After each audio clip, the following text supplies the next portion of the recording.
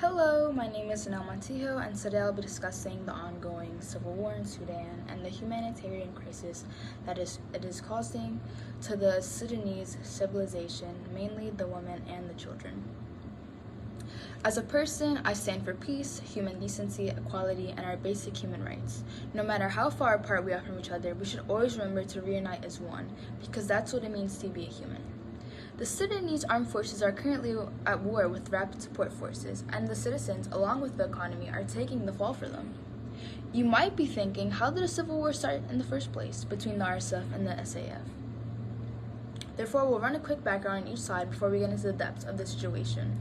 Originally, the Rapid Support Forces were formed in 2013 by President Omar al-Bashir to serve as a parallel army, to balance the power of the Sudanese armed forces. Over time, the RSF expanded its functions beyond its original purpose. These new roles included border control, fighting in international conflicts, and involving itself into political issues. The RSF's evolution from a government-allied military into a rival power center directly led to the outbreak of a civil war with the Sudanese armed forces in April 2023, because the RSF wanted to be integrated into the regular army. The suspicions were that both generals wanted to hang on to their positions of power, unwilling to lose wealth and influence. This has caused massive displacement.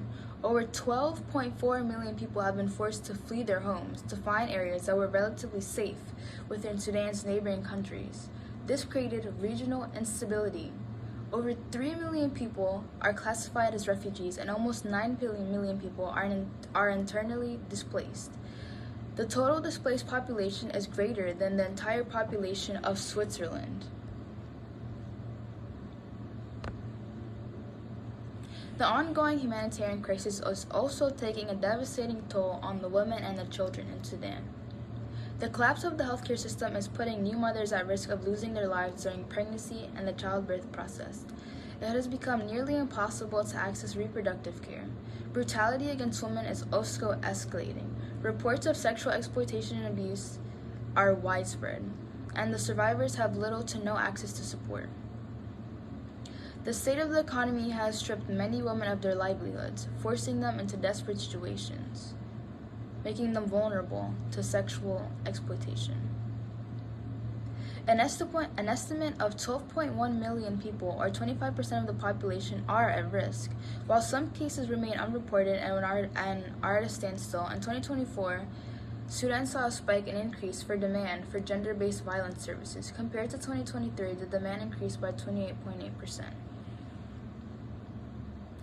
As living conditions in Sudan rapidly deteriorate as a result of the civil war, levels of famine continue to accelerate.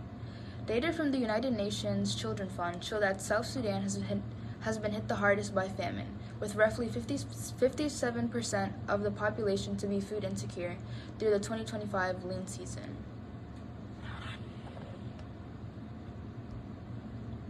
In conclusion, the civil war in Sudan is affecting its citizens horribly, spreading violence, famine, disease, and hate all across the land.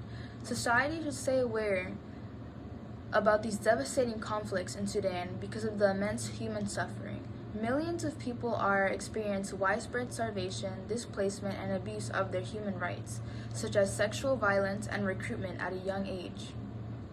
This conflict has also caused a destructive economic collapse, which presents a humanitarian catastrophe which requires international attention and aid. Thank you for listening to me.